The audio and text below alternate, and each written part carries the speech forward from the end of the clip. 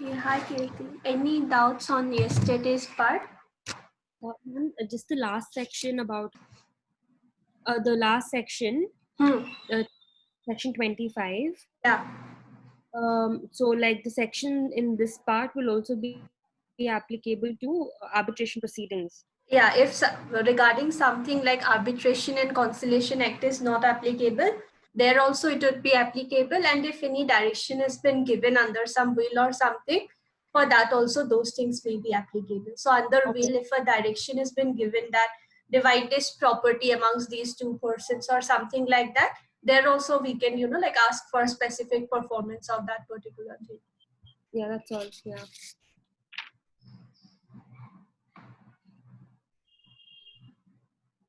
So other sections are fine, right? Yeah. Okay. So there are a few questions from this part, like the second one. Yeah. Okay, so these are the questions. Contract to sell a let can be specifically enforced in favor of the lesser.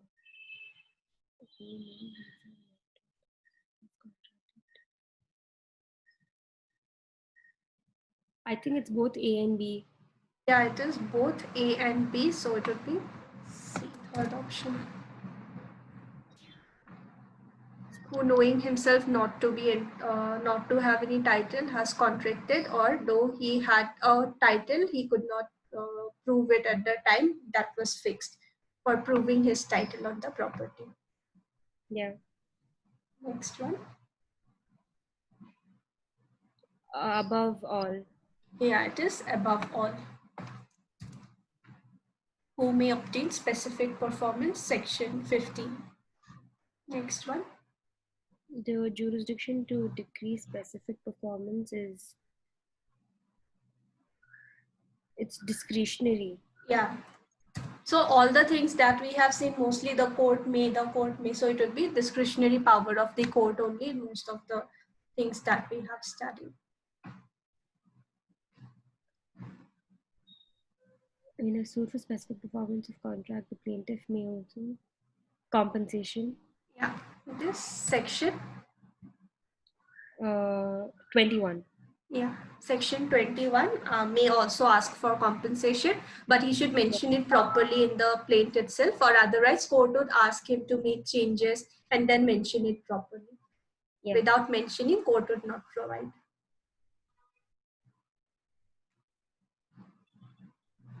What's the quota unless compensation itself?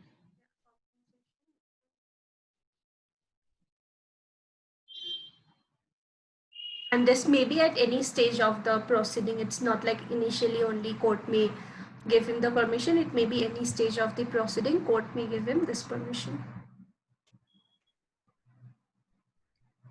Section 73. Yeah, section 73 of the Indian Contract Act.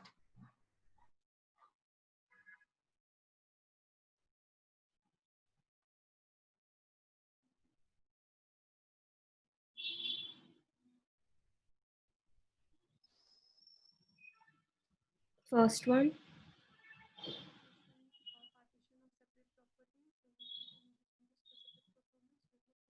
So all the things he can ask for. He can ask for possession or partition in any property. He can also ask for possession and also specific performance of some, like in addition to specific performance. For example, Yeah. the person says that under the agreement, you should transfer the property to me.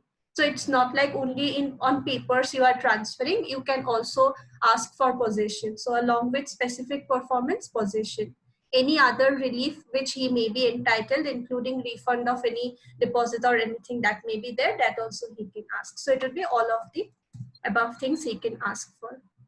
Yeah.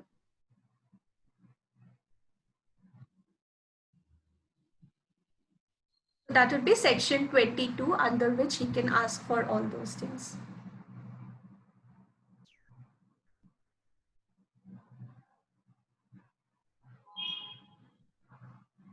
Section of the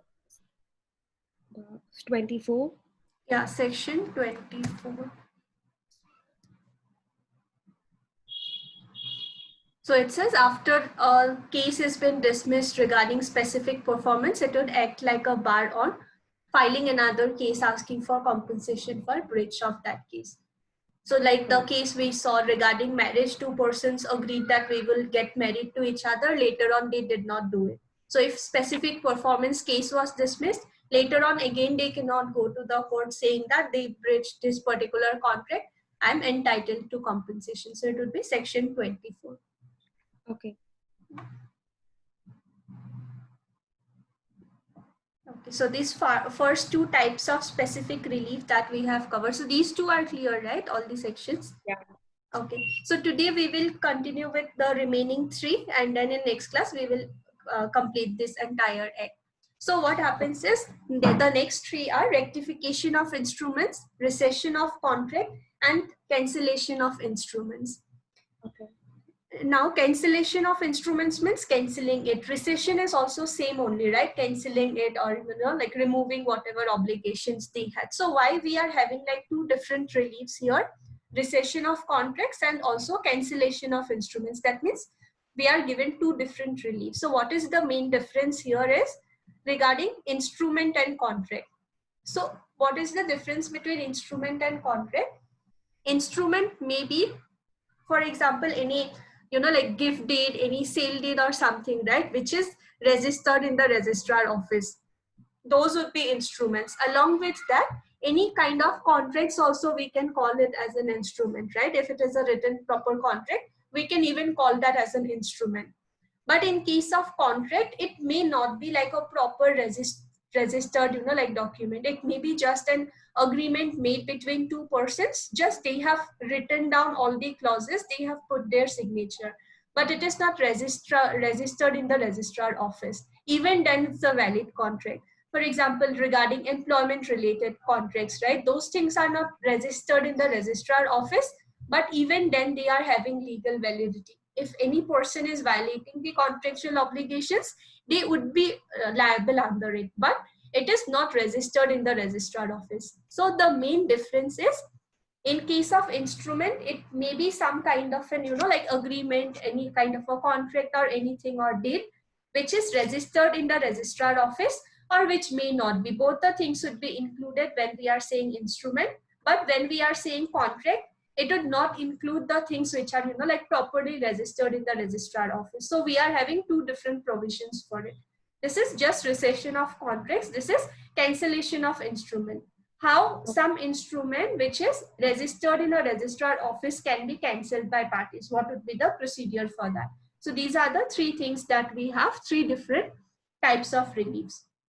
Okay. So for ratification of contract, there is only one section 26. For rescission, there are 27, 28, 29, 34 sections. And for cancellation of instruments, we have 31, 32, and 33. So these sections we will see today what are the provisions. So now the main difference is instrument means it may include both the things. For contract, it may not include, like a registered or proper thing. So it is mentioned separately, the provision.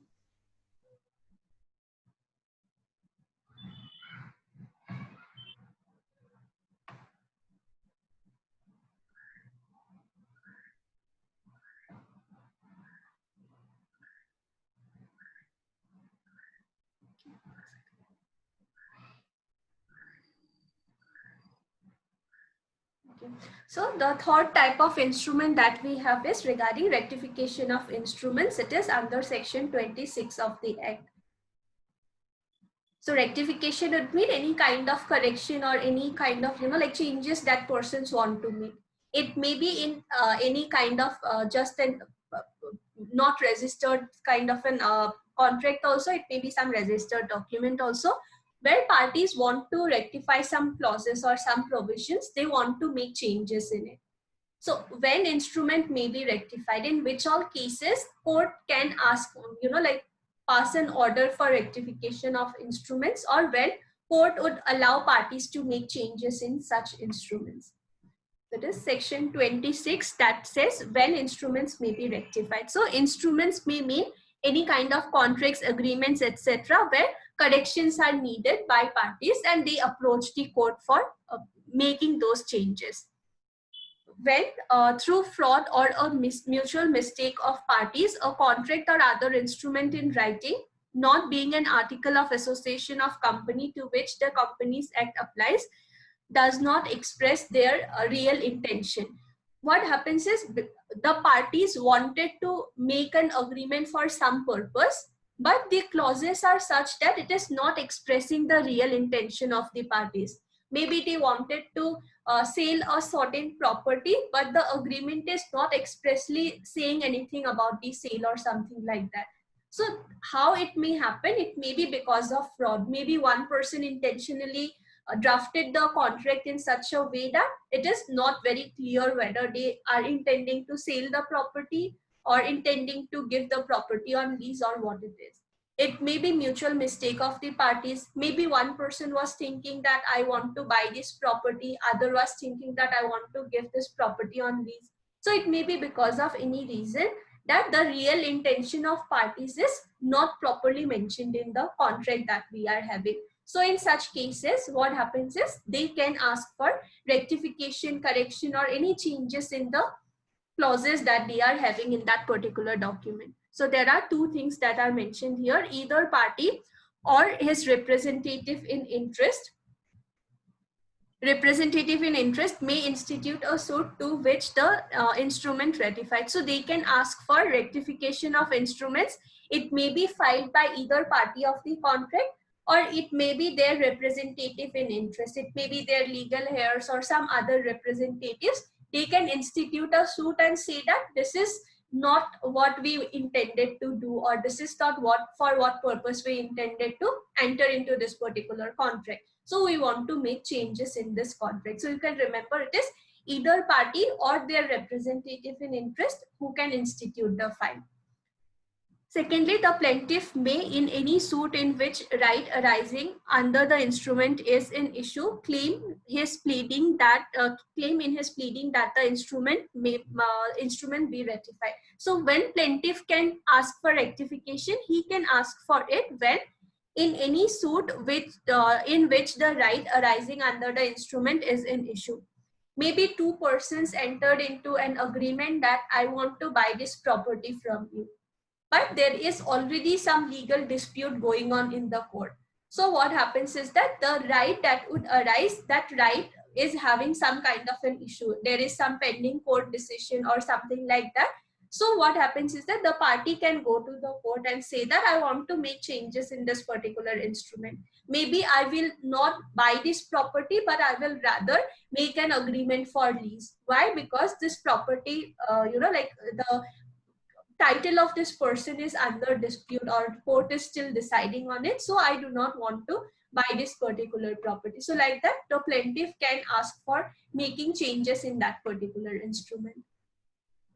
And third is the defendant, when he can do that in addition to any other defense upon him, ask for rectification of the instrument. So a defendant in any case, in any such suit as is referred to clause B, may, in addition to any other defense upon him, ask for rectification of the instrument. So if there are any cases where the rights are in issue, the person may ask for any other claims that they may be having, right? Any other claims also they can ask. For example, compensation they can ask, or they can even ask for rectification of the instrument as well under the code. For example, two persons made an agreement. A made an agreement to, give his property on lease to B.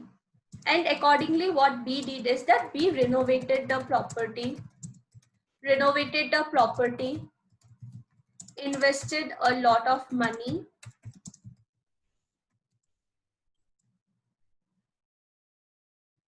in promoting his business. So he did all of that thinking that I will start my business in this particular property. But later on, some issues issues raised between them, and they wanted to seek for rectification. So B can also say that I have suffered huge loss in renovating the property, also promoting my business, that I will be starting my business here. So for that also I should be compensated accordingly. So that thing also they can ask for.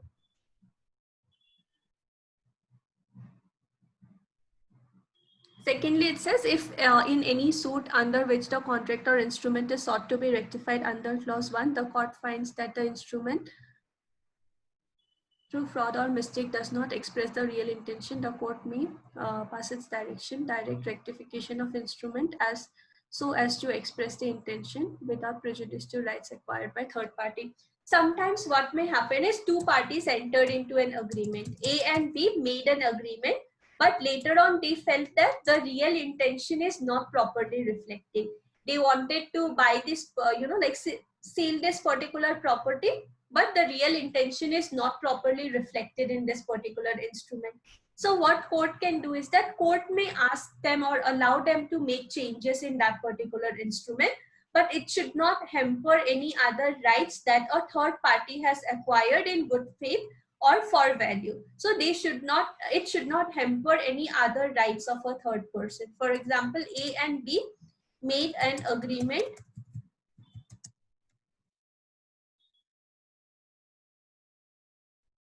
buy a property. So A made an agreement with B to sell his property, and B also agreed to buy this property accordingly.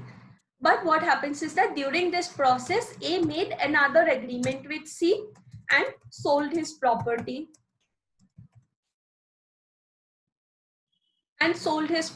to him. So what happens is that A and B can make changes in their instrument, or they can cancel it altogether. So what they can do is that maybe A and B make some agreement, they can make changes and accordingly ask for compensation in it.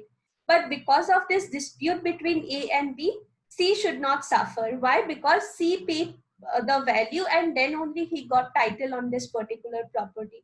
So it should not affect someone else's legal rights that the person may have acquired in good faith, not knowing that there was some, previous agreement between two persons or something like that. For example, a property is jointly owned by A and B. They are joint owners. Some dispute is going on in court regarding ownership of this particular property, and in meanwhile, A sold the property to C. So in this case, what happens? C is a third party. C is a third party. So whatever happened between A and B, that should not affect C's right. That means if it is decided that both of them are, joint owners, half 50%, 50%, both of them are owners, the matter may be so settled accordingly between them only. It should not affect C's right that he has acquired in good faith and paying a value. So what they can do is that maybe B can demand that whatever money you have taken from C, you can give half of that money to me because I am also half owner of this property or something like that. So accordingly, these two people can make changes in their in any instrument that they may be having. They can make changes accordingly, but it should not affect C's right in any case. A contract in writing may first be rectified. Sometimes what happens is parties want rectification of the contract. There is a contract between A and B and they approached court for rectification of the contract. Rectification of contract. So what court would do is that apart from providing rectification of contract, the court may also ask for specific performance of contract, because today rectification is allowed, tomorrow again parties would come asking for specific enforcement. So if the court thinks that it may be possible, court may in together only in the same case only ask for specific performance of the contract also in the same case only.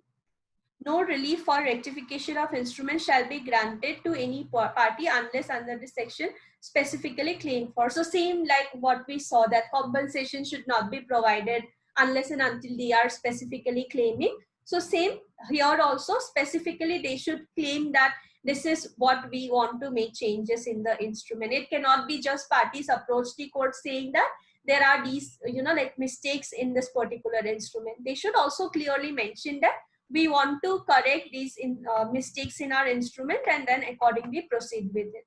So this is when instrument may be rectified, when court may ask, pass an order for rectification of instrument. It would be always at the discretion of court only that parties parties may be or may not be allowed to make changes in the instrument. Is this section clear? Yes, ma'am. Yeah. So rectification instrument would always mean any kind of, it may be contracts also, it may be some kind of agreements also, or some other, like any kind of instrument where two parties have made some promises. Why they want to make changes? Because maybe the real intention is not reflecting properly in the instrument.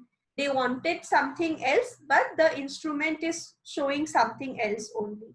It may happen because one party played fraud on the other. It may happen because both the parties were under some kind of a mistake, and accordingly they can ask for rectification of the instrument. For example, A made a contract with B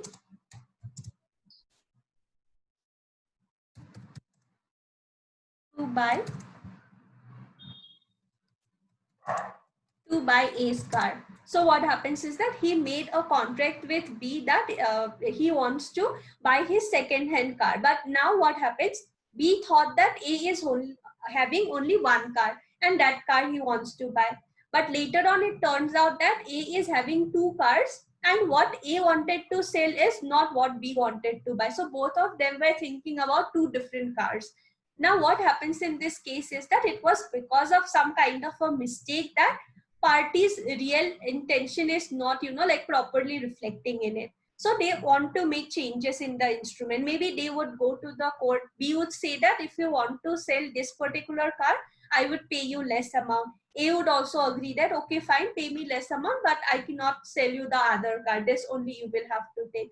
So like that, they can make changes in the instrument accordingly. And after making changes, what happens is court can ask for specific performance of the contract also. Court may also say that, okay, fine, because you have made the changes, you can also, like specifically perform it. You can get the work done within, like 2 weeks or something like that. So court can also ask for specific performance of it, along with allowing for rectification of the instrument that they are having.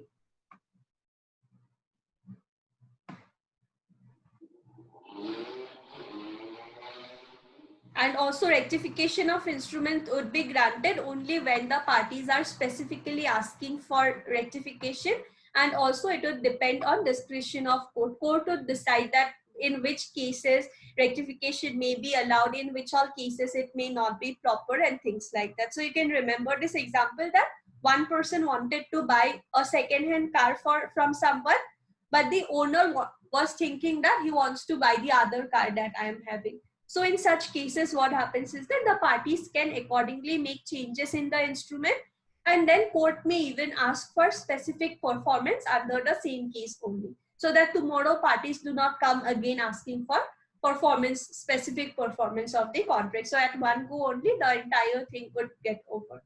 So this is rectification of instrument under chapter 3, section 26, that we can make corrections in the instrument, and it would depend on discretion of court whether court would provide that to us or not, and then accordingly we can do it.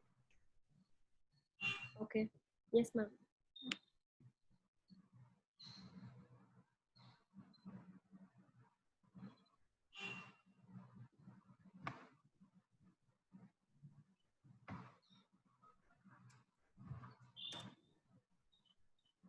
Next type of relief that we are having is rescission of contract. It is under chapter 4.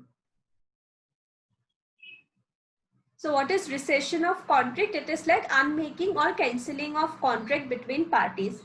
We have rescission of contract and we have cancellation of instruments. So here it may mean some kind of contracts which are not, like properly registered in a registrar office. Just two agreements that that is there between two persons with their signed signature and everything, that they want to cancel or something like that. So in which cases rescission of contract may be allowed. So there are two things where court may allow rescission and where court may refuse rescission. So if in any case there is a contract between two persons, they approach the court asking for rescission, there are two 2 cases where recession may be allowed, and there are 4 things where recession may not be allowed. So when it is allowed is mentioned under clause 1 of clause 1, and when it may not be allowed is mentioned under clause 2. So this is the article, that provision that we have, when recession may be allowed and when it may not be allowed.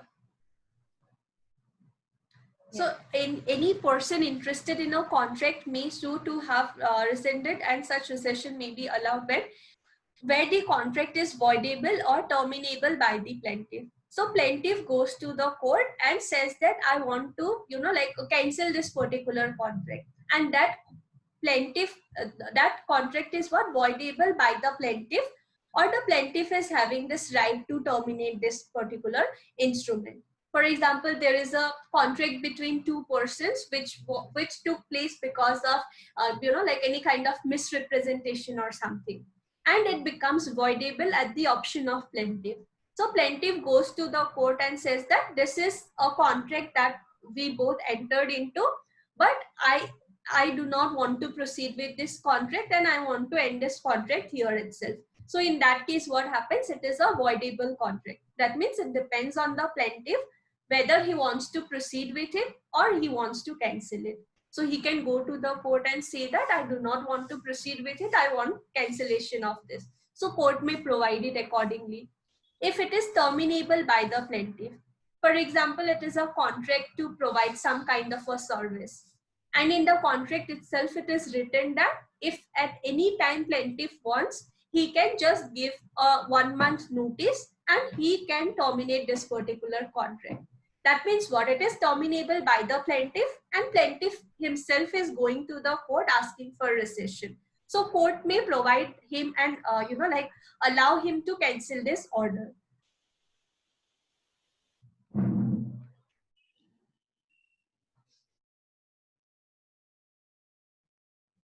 So this is first option, where voidable or terminable by the plaintiff, and plaintiff himself is going to the court. Ma'am, but if the plaintiff then decides on his own that he wants to terminate the contract, won't the other party be at a loss? But then it was voidable contract anyway. So plaintiff is only having this option because the other party only misrepresented on something, or maybe obtained his consent, by force or something like that. So the plaintiff was also, not proper. The other person, defendant, was also not proper on his part. Okay. So only in such cases court may, allow for rescission of the contract, because it is a voidable contract where it was because of defendant only that it became voidable. He obtained the consent, without, it was not a free consent, he misrepresented or something like that. Or in the contract itself, it was mentioned that plaintiff can cancel it at any moment. That means anyways, defendant is prepared for that situation, that it may get cancelled at any point of time by giving 1 month notice or something like that. So accordingly, it can be done, because it would be like defendant anyways knew that it may happen at any point of time. Next is where the contract is unlawful for causes not apparent on face of it, and the defendant is to be blamed more than the plaintiff. Sometimes what happens is the contract may look fine only. When we read the contract, it may look fine only. But if we know the proper situation and everything, then it comes, we come to know that it is an unlawful contract and defendant is to be blamed more. Obviously, both the parties are not, not doing the right thing, but defendant is more guilty on that particular part. So in that case also, what court can do is that the court can allow rescission of contract. For example, A took a lot of loans from different persons, and what he did is that he was not repaying anyone those money. In that case, what happened is that A took loans and he had 2 properties. He had 2 properties, but he did not had any, source of profit or anything. He was not earning any money or anything. So he was not able to repay that money to all the people from whom he took loan. So in that case, what happens is that, for example, B, a lawyer, he goes to to A.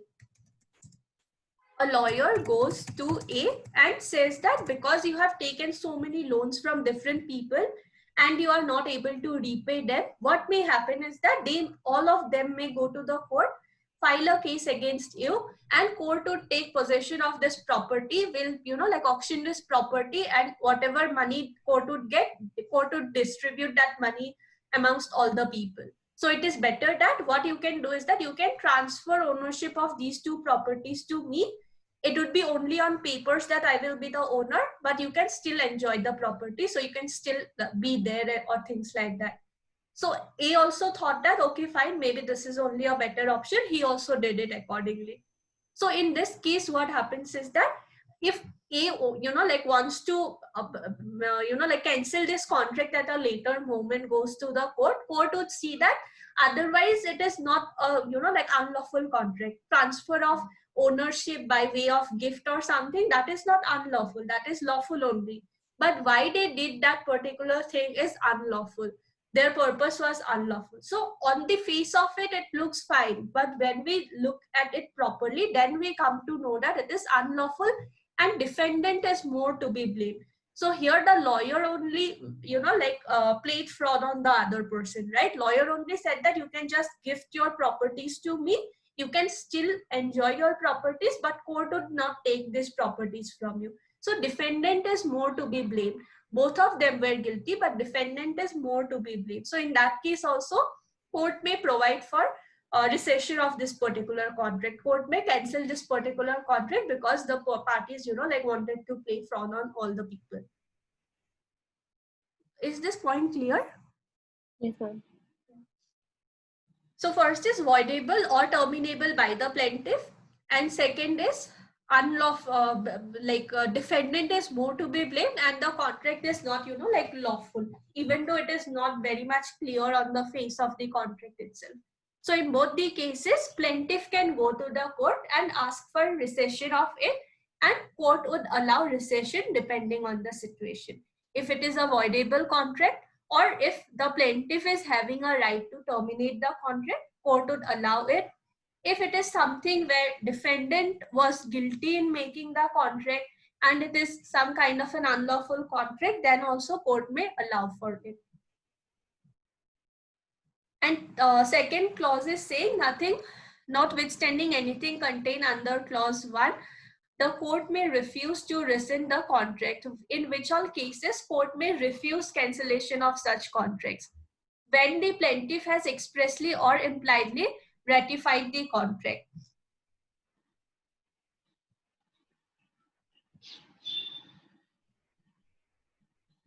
So what happens is that where the plaintiff has impliedly or expressly, he has already ratified the complaint, and then he is, later on he is going to the court and asking for it. For example, what we saw is that person can ask for rectification under section 26 of the Indian Contract Act. So what he is doing here is that, now what happens is that the person has already ratified the contract. So he has impliedly or expressly, he has accepted it, and later on he is going. For example, in case of voidable contract, what happens? It depends on the plaintiff whether he wants to proceed with it or he do not want to proceed. If he has already ratified it, saying that anyways I would proceed with this contract even though my consent was initially not free.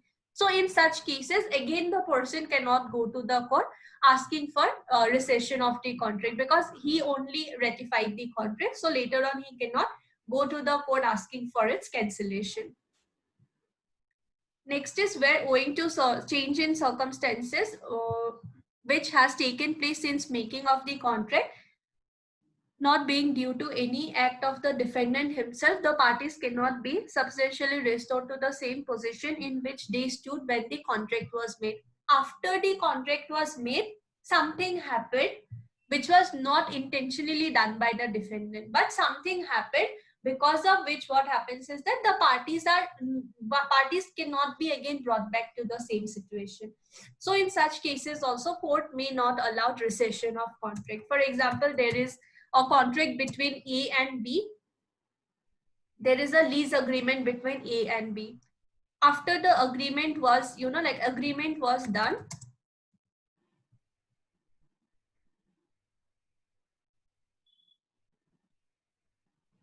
A and B agreed on something, and after the agreement was done, there were some changes. Maybe A said that you would be able to stay in my property by paying 10,000 rupees rent. But later on, it turns out that A is not the owner of that particular property. Someone else is the owner of this property.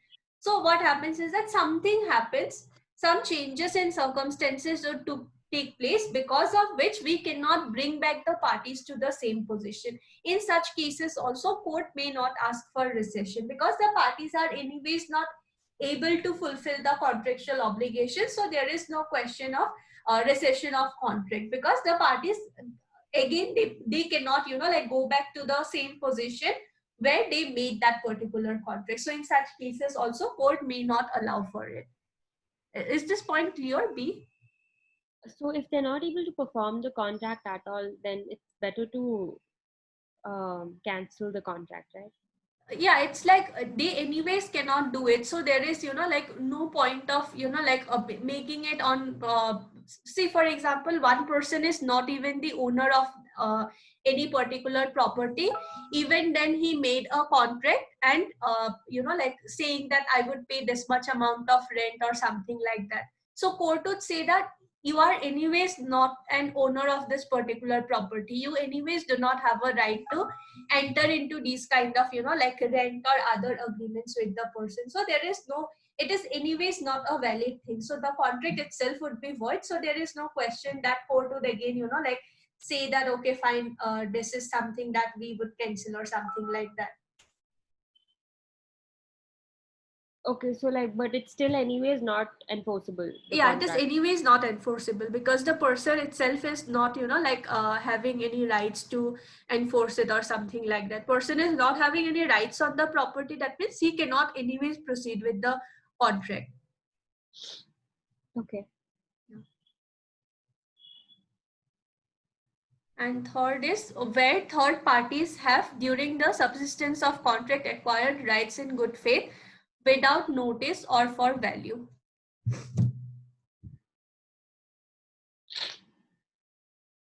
So here also what happens is that where third parties have acquired some rights in good faith without notice or for value, some other parties have acquired some rights over it by paying some money or something like that.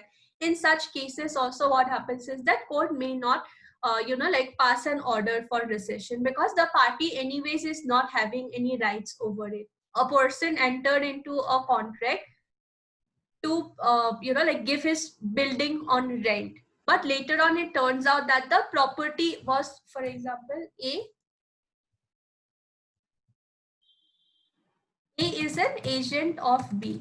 A is an agent of B and B is having a property.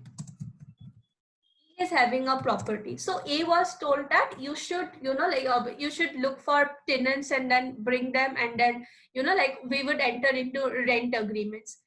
But A, what happened is that he got one tenant, he made an agreement with him. Later on, it turns out that B sold his property to someone else. So obviously, there would be no question of giving this particular property on rent or something like that, because B's right has already ended.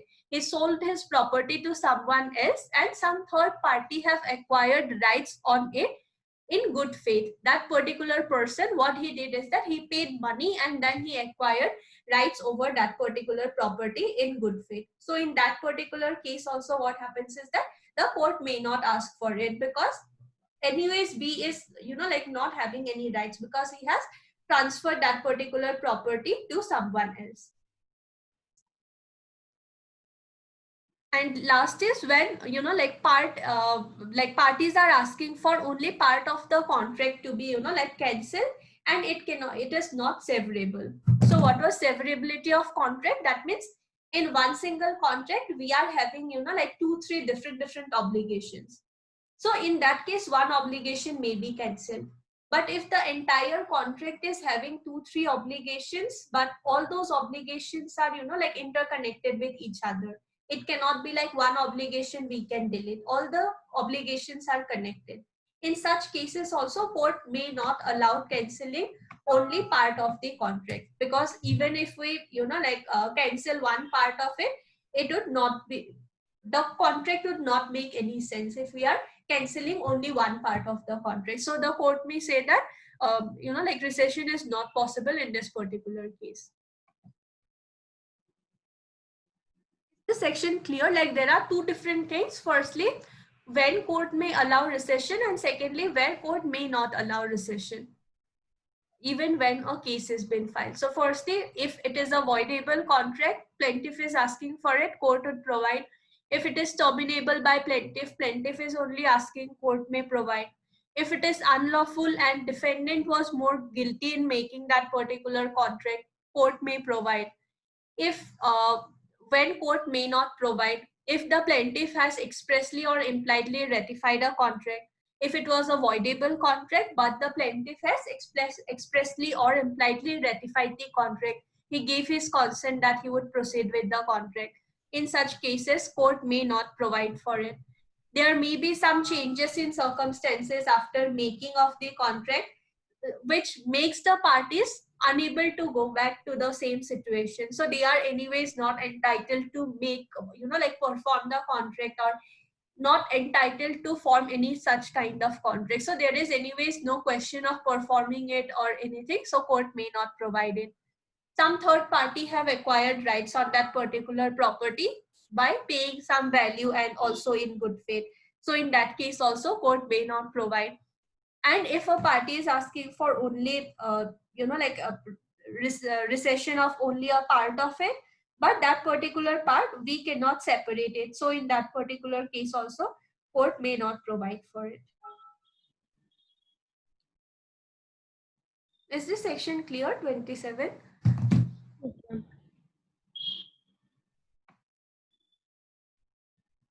So these are the 4 situations that you can mention. Recession of contract, here it is. Clause 1 is talking about 2 things where it may be allowed, and clause 2 is talking about 4 things where it may not be allowed. Contract is voidable or terminable by plaintiff, unlawful contract and defendant is to be blamed more. When it court may refuse recession, that plaintiff has expressly or impliedly ratified the contract, change of circumstances, third party have acquired right in good faith, or contract is not severable. We cannot separate the obligations that parties are having. So these are the cases where recession of contract may be allowed or it may not be allowed at the discretion of court.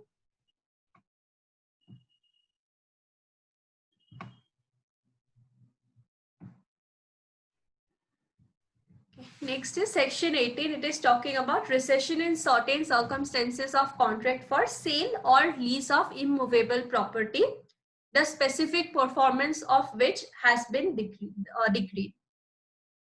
So this is only regarding sale or lease of immovable property, regarding which for specific performance some decree has already been passed by court. So where in any suit or decree for specific performance of a contract for sale or lease of immovable property has been made, and the purchaser or leasee does not, within the period allowed by the decree for such period, pay the purchase money or other sum to the court has ordered, a vendor or leaser may apply in the same suit in which the decree is made to have the contract rescinded. For example, there is any kind of, this provision would be applicable in cases of sale or lease of immovable property where already court has asked for specific performance of the contract. So for specific performance also court would specify a time limit, right? That within 1 month you should clear the payment, or you should make the payment in 5 installments. Every single month there would be 2 installments or things like that. So if in any case what happens is that court had asked for specific performance of contract, and also court fixed some time limit within which payment is to be made, but the other person did not make the payment accordingly. So in such cases also recession may be applied for. So parties can say that this person was anyways not performing his contract. I approached the court asking for specific performance, and now he is not even following court's order. So I want rescission of this particular contract, and court may accordingly provide it. So for example, A made a lease agreement for 5 years with B. And what they promised is that the amount would be for 10 lakhs rupees. So it was lease of a property for 5 years and the amount to be deposited was 10 lakhs rupees. B took possession of the property but only paid 5 lakhs rupees. He had to pay 10 lakhs rupees after taking possession, but he only paid 5 lakhs rupees.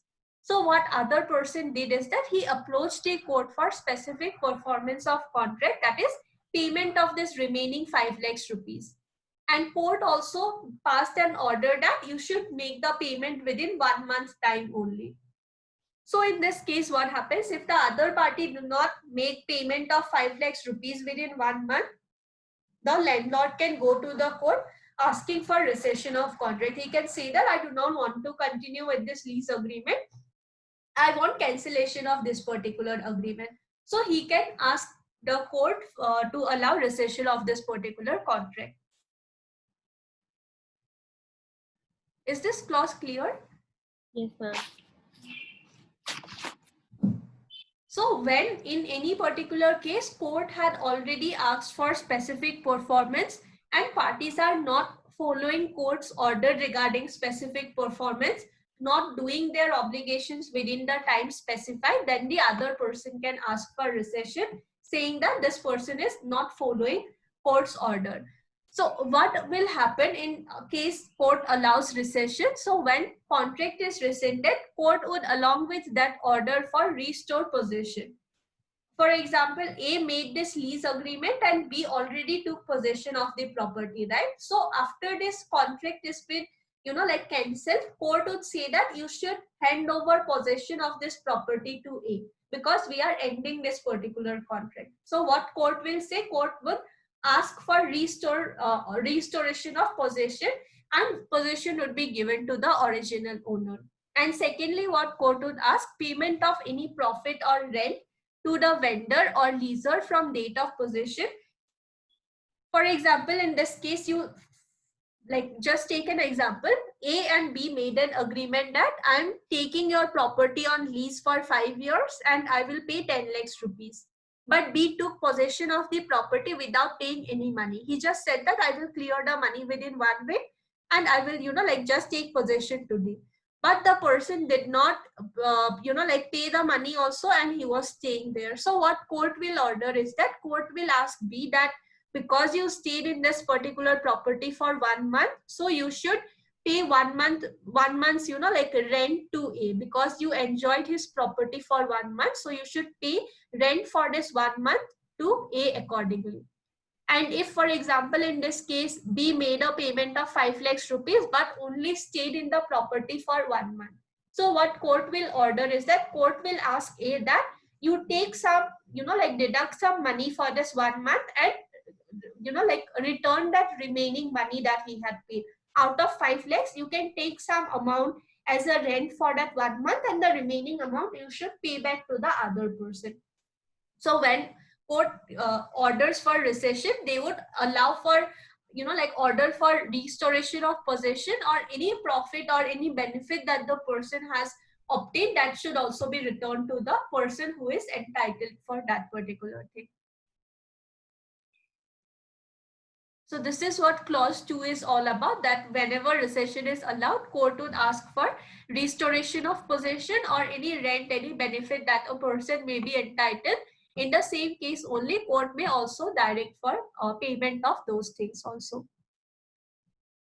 Thirdly, it says if the purchaser or lessee pays the purchase money or other sum which he is ordered to pay under a decree within the period on application made under the award of purchase, award the purchaser or lessee such further relief as he may be entitled to, including the appropriate case, execution of proper conveyance of the lease or delivery of possession. So in the first situation, what court said is that court asked for specific performance of contract, and also courts mentioned a time limit within which payment is to be made. So if the person accordingly makes the payment and performs his part of contract, then what will happen is that court would ask the other person also to perform his part. For example, there was a contract regarding this particular lease only. One person paid only 5 lakhs rupees, remaining 5 lakhs he was not paying. Court made an order that you should pay it within, like 1 month only. And the person also accordingly cleared the remaining 5 lakhs within 1 month. So in that case, what court will say is that court will ask A that you can continue with this particular contract. You can, allow B to stay in this particular property and properly follow the contractual obligations. So you can accordingly proceed with the contract. Why? Because the other person has followed the directions of the court regarding specific performance of the contract. And fourthly, it says no separate suit in respect of any relief which may be claimed under this section shall lie at the instance of the vendor purchaser, as the case may be. The cost of proceeding shall in this section shall be directions of the court. So again, if there are, again, some separate suit, they cannot proceed. If there are any kind of, if in this particular case contract is cancelled or something, in the same case only court would also ask for, whoever is entitled to whatever amount of money, in the same case only court would settle everything. So there would not be a question that in one case we cancel the contract, in another case we would ask for compensation, in another case we would ask for possession. It should not be like that. It should be like one case only. They have asked for specific performance also, rescission also, payment of any money or anything also. The entire matter would be settled in one particular case only. So this is regarding rescission in certain circumstances of contract for sale or lease of immovable property, the specific performance of which has been decreed. In some cases regarding sale or lease of immovable property where court has already ordered for specific performance, what will happen in such cases? So if the parties follow order of specific performance, then accordingly the contract would be followed, contract would be performed.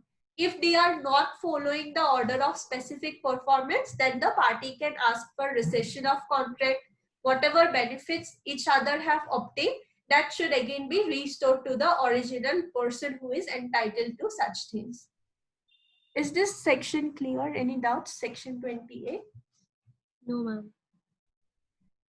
So this is applicable only for immovable property, that too regarding sale or lease, etc. of immovable property, where already a case is there regarding specific performance.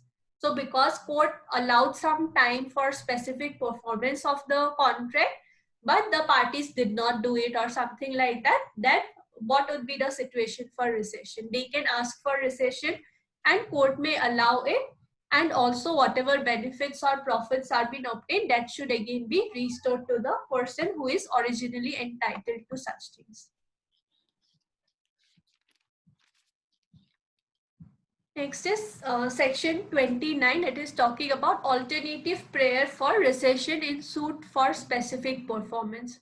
So a plaintiff instituting a suit for specific performance of contract in writing may alternatively pay that. If so, when a person, this provision is mentioned only to avoid, that one person is filing multiple court cases. So just to put a limit on the number of court cases that are being filed, this provision has been mentioned. So what is this provision? It says alternative prayer for rescission in suit for specific performance.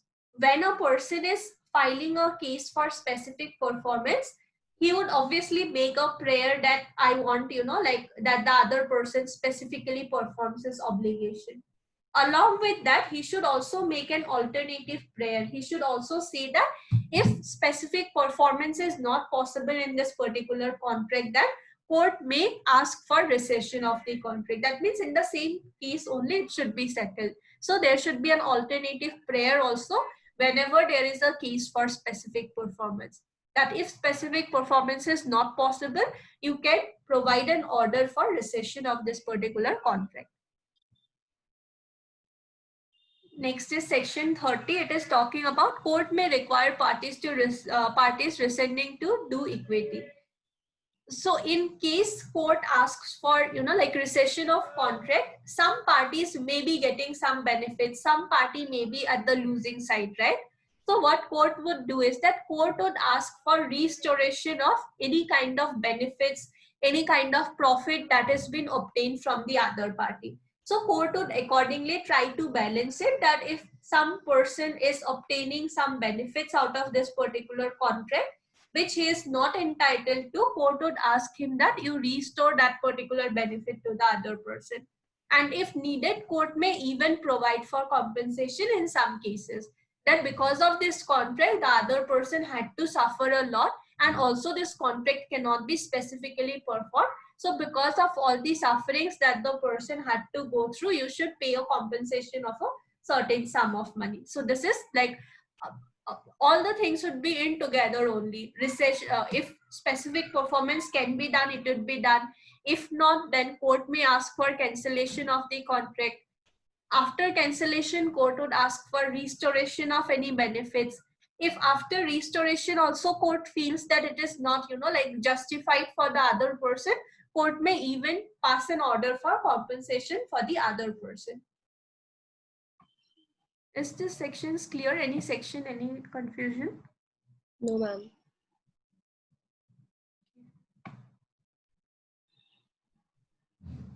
So these are the sections for rescission of contract. When a contract has been formed and parties want to later on cancel it, what would be done? What would be their rights and obligations? So just in order to ensure that no one is, like getting benefit out of a contract and other person is not losing because of this contract, court may pass an order accordingly. Court may ask for specific performance, cancellation of the contract, restoration of benefit, payment of compensation, whatever the court feels is necessary, the court may do it accordingly.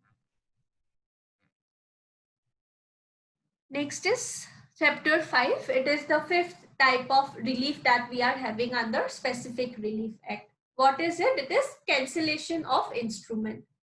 So cancellation of instrument. Instrument basically mean any kind of sale deed, gift deed, lease deed, or any kind of other agreement which has been registered with some registrar office. So those kind of deeds, how it may be cancelled. So section 31 is talking about when cancellation may be ordered. When cancellation may be ordered. Cancellation as in complete cancellation. Cancellation in full. When cancellation may be ordered. Section 31 is cancellation in, like cancellation of the entire instrument only. An instrument would mean any kind of sale deed, gift deed, lease deed, etc., which are registered with some registrar office. So if any such instrument is void or voidable against a person and he apprehends that, so if there is any kind of, like sale deed or gift deed that two parties registered, and that particular deed is what? It is either void or it is voidable against a person. But the person feels that if, like I know that it is a void instrument or it is a voidable instrument. But if I do not cancel it because the instrument was already registered with some registrar office, maybe sometime later some person may obtain a copy of that from the registrar office and try to, like get some benefits out of it.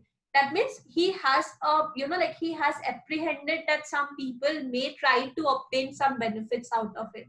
Even though it is a void or voidable instrument, there may be someone who tries to obtain such benefits. So in such cases, he may ask for cancellation of the entire instrument only. So if such instruments were registered under the Indian Registration Act 1908, obviously there would be some registrar office, right, where the deed would be registered. For example, A and B made a sale deed and later it turns out that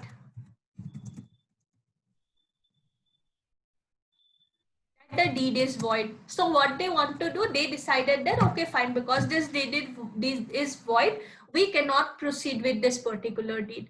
But because this deed was already registered under the Indian Registration Act with some registrar office, so the office would be having that particular document, right?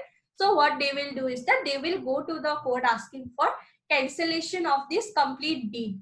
And what court would do is that after cancelling, court will send a copy of the decree regarding cancellation of instruments to the registrar office. Why court will send it to the registrar office? So that it cannot be misappropriated. Later on, the next generation people cannot go to the registrar office, obtain that particular gift deed and demand for possession of that particular property.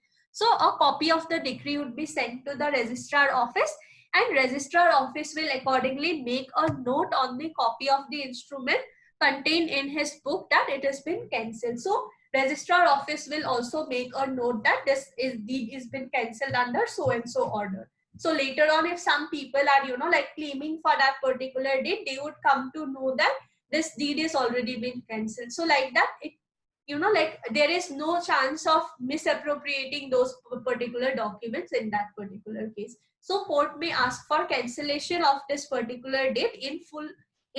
Complete deed or complete like agreement is only been cancelled by the court.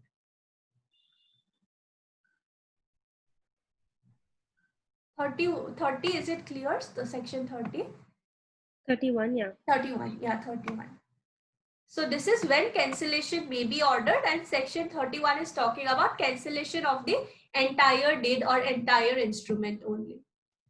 Next is 32. 32 is saying what instruments may be partially cancelled. It is not entire instrument we are cancelling, but we are cancelling only some part or some portions of the instrument only. So when partial cancellation would be allowed regarding instruments.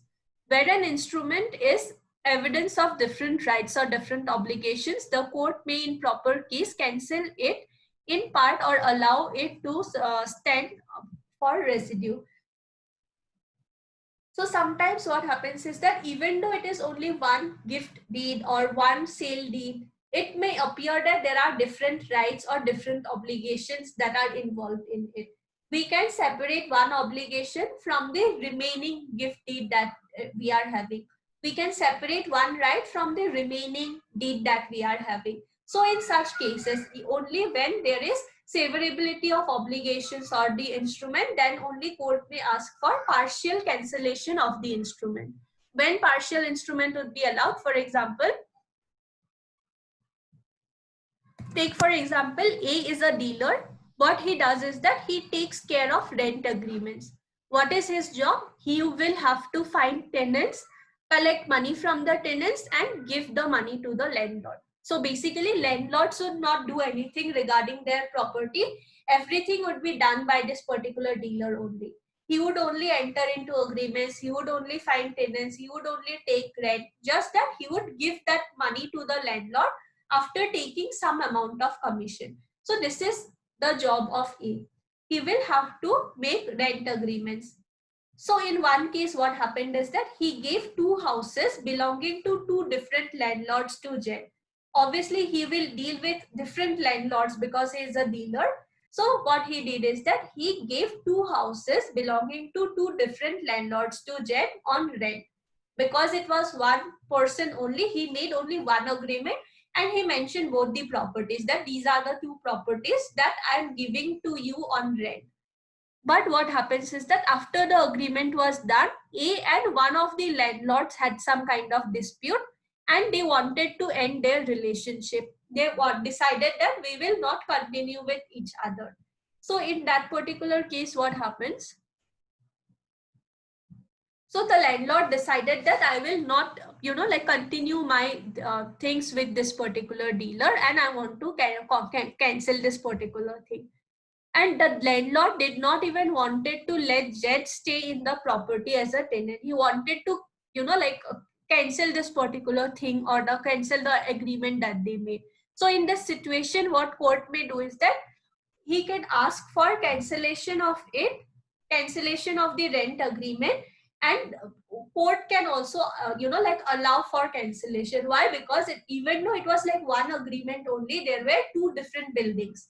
belonging to two different landlords. So court may say that, okay, fine, we can cancel one part of this particular agreement and the remaining part would be valid and the remaining part would be binding on the person only. So when partial cancellation is allowed, only when it is talking about different rights or different obligations. So that one obligation or one portion, we can separate it from the remaining contract and the remaining instrument still becomes, like binding or still makes some sense. So in such cases, we can allow partial cancellation of the instrument also. Is it clear, 32? Yes, ma'am. Okay. So basically the same rule will apply everywhere, that only when severability of contract or instrument is possible, then only we can allow for cancellation. Otherwise, it would make no sense, right? If a person says that I want to cancel this part, that I'm giving my property on rent to someone, but the other obligations would be valid, that the person will have to maintain my property and other things. So that would not make any sense, that the person is not even a tenant. Why would he maintain someone else's property? So it should be some different rights or different obligations which we can separate from the other remaining parts, then only court would allow for it. Next is power to require benefit to be restored or compensation to be made when instrument is cancelled or is successfully resisted as being void or voidable. So restoration of benefit, regarding restoration of benefit, this provision is talking about.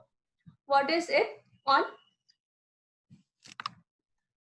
When cancellation of an instrument is allowed by court, along with allowing cancellation, what court would do is that court may require the party to whom such relief is granted.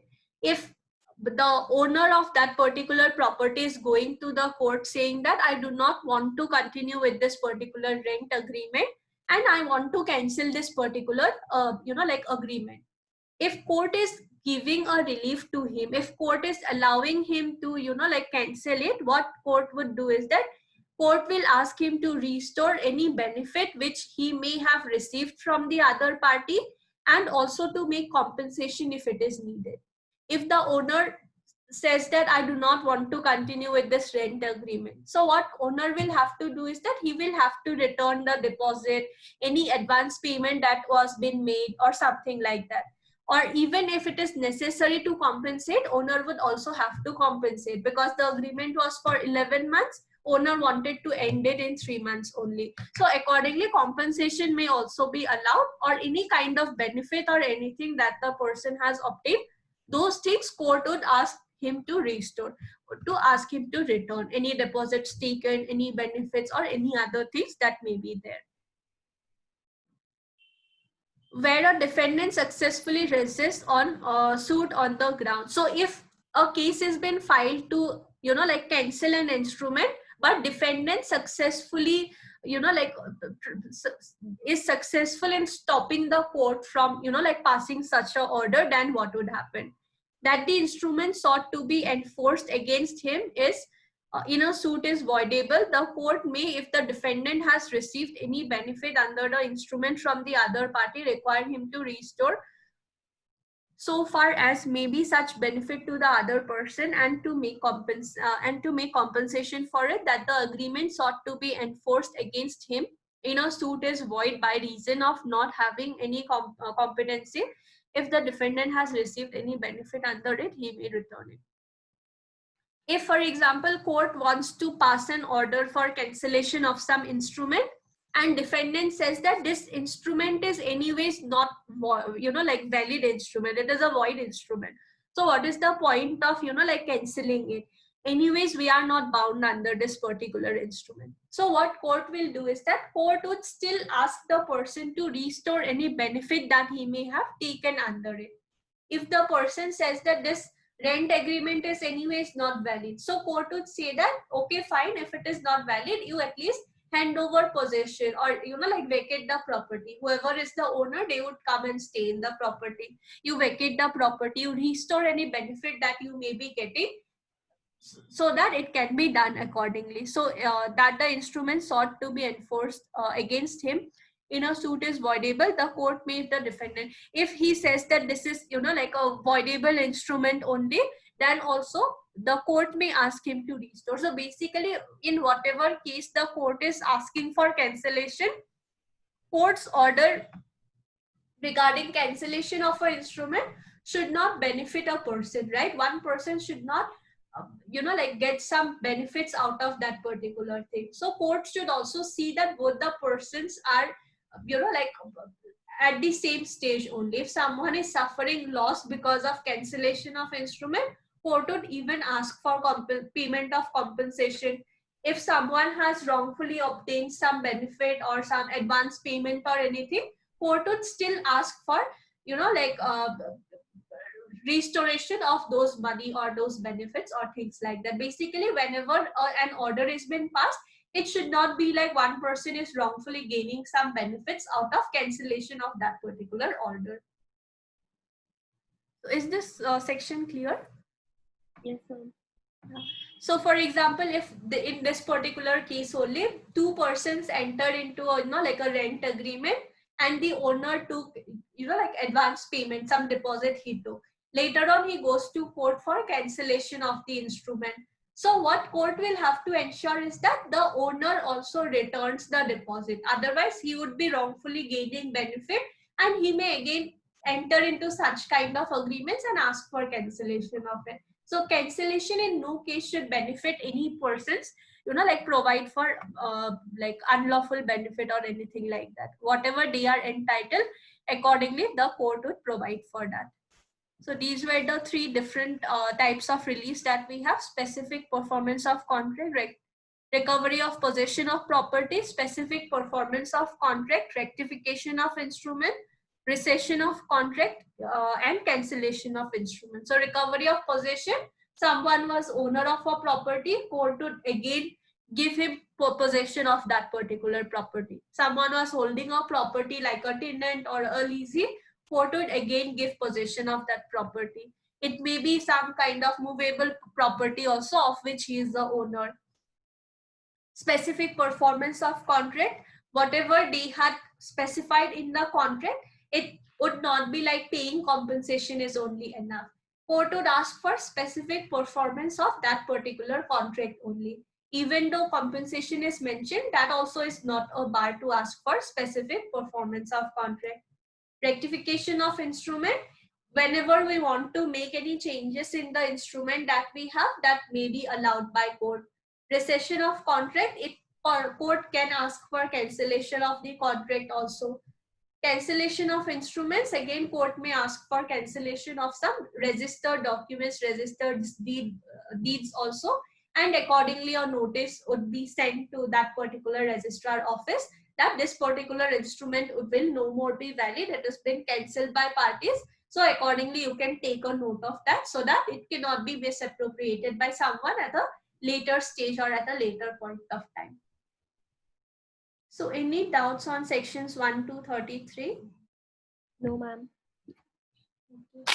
So next class we will do from like 34 to 44, and whatever remaining questions are there, that part we will do. So in the meanwhile, you can see if any section is not clear, that part we can repeat. Okay. So Tuesday we will have, or when you want? Yes, ma'am. Tuesday is fine. Tuesday is fine. Okay, fine then. So Tuesday we will complete this remaining part. Okay. Yes, ma'am. Thank you. Thank you.